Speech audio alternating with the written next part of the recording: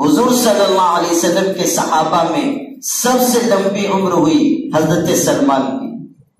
اس زمانے میں بھی لوگوں کی عمر ایسی ہی ہوتی تھی، 70 سال 80 سال، لیکن ان کی عمر ہوئی 350 سال، اور بہت جگہوں پر جانے کے بعد وہ اسلام قبول کرنے کے لیے آئے۔ ان کا بہت تفصیلی واقعہ ہے، لیکن آپ کو میں مختصر کر کے سناتا ہوں۔ پہلے وہ آگ کی پوجا کرتے تھے۔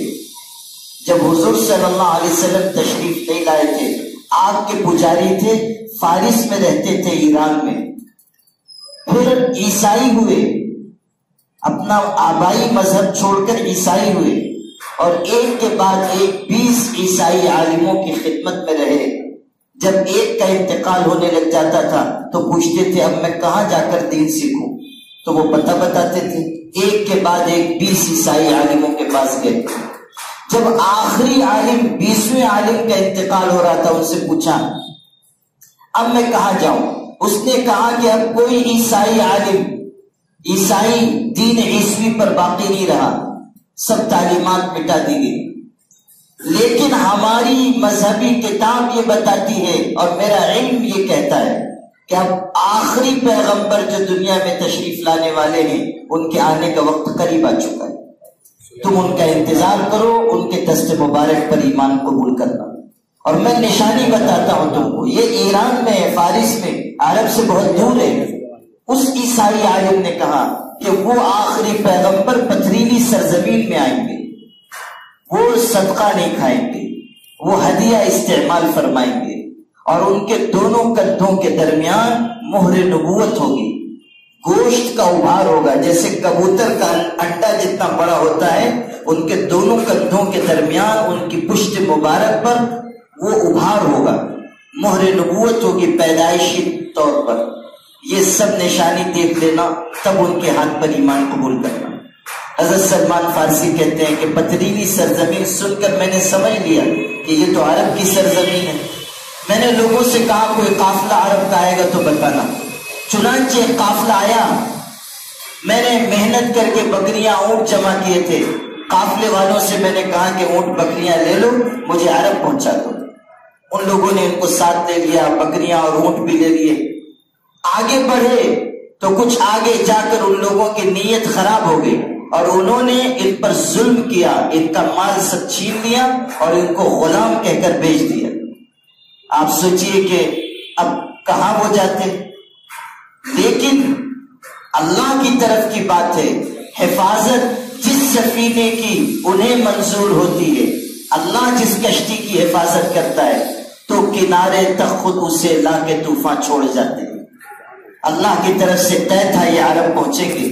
خریدنے والا قبا کا تھا، جو مدینہ پاک کے قریب کی بستی ہے، وہ خرید کر وہاں لے کر چلا گیا۔ یہ برسوں محنت مزدوری کرتے رہے، غلامی کی زندگی گزارتے رہے۔ کہتے ہیں ایک دن میں اپنے مالک کے باغ میں کھجور کے درخت پر چڑھا ہوا تھا، اتنے میں میرے مالک کا چچا زاد بھائی آیا۔ اس نے آ کر کہا ارے تم یہاں ہو؟ ہماری بستی میں ایک شخص آیا ہے جو کہتا ہے کہ وہ اللہ کا پیغمبر ہے۔ حضور صلی اللہ علیہ وسلم مکہ مکرمہ سے ہجرت کرتے ہوئے جب مدینہ تشریف لے جا رہے تھے تو آپ قبا میں ٹھہرے تھے، پہلے وہاں قیام ہوا تھا۔ تو ایک شخص آیا ہے، کہتے ہیں یہ سنتے ہی میں کھجور کے درخت پر سے کود گیا، نیچے آ گیا۔ میں نے کہا کیا ہوا؟ تو میرے مالک نے مجھ کو ایک تماچا مارا اور کہا جا تو اپنا کام کر، تجھ کو کیا مطلب آیا؟ میں چلا گیا۔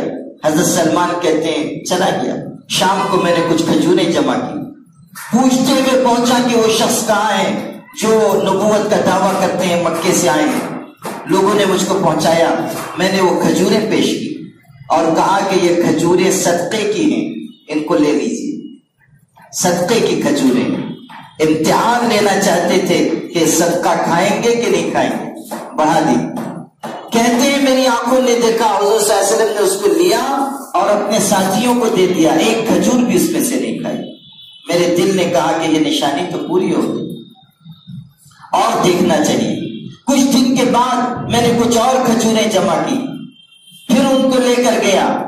اب حضور صلی اللہ علیہ وسلم قبا سے مدینہ تشریف لے جا چکے تھے، مدینہ حاضر ہوا اور حضور صلی اللہ علیہ وسلم اپنے کسی صحابی کو دفن کر کے آئے ہوئے تھے، بیٹھے ہوئے تھے، مجلس لگی تھی. میں نے کھجوریں پیش کی اور کہا ہدیے کی کھجوریں ہیں، قبول فرمائی. کہتے ہیں میری آنکھوں نے دیکھا حضور صلی اللہ علیہ وسلم نے اس میں سے خود بھی کھایا اور اپنے ساتھیوں کو بھی کھلایا. میرے دل سے آواز آئی کہ یہ نشانی بھی پوری ہو گئی.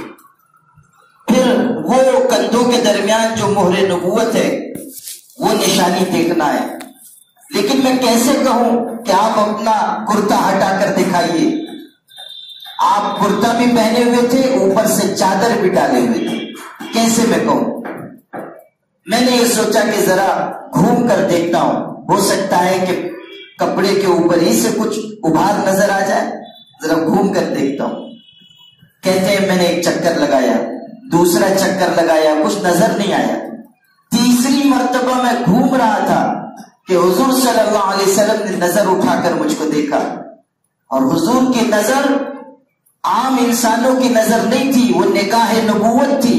حضور صلی اللہ علیہ وسلم نے مجھ کو دیکھا اور اس کے بعد ارشاد فرمایا سلمان ادھر آ، میں تجھ کو بتاتا ہوں وہ چیز جس کو مرتے دم ایک عیسائی عالم نے مجھ سے بیان کیا تھا کہ میرے دونوں کندھوں کے درمیان مہر نبوت ہوگی.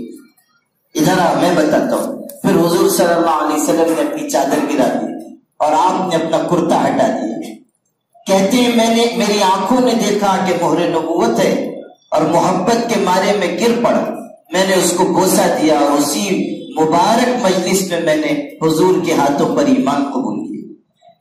تو کہاں سے ہوتے ہوئے حضور صلی اللہ علیہ وسلم تک پہنچے؟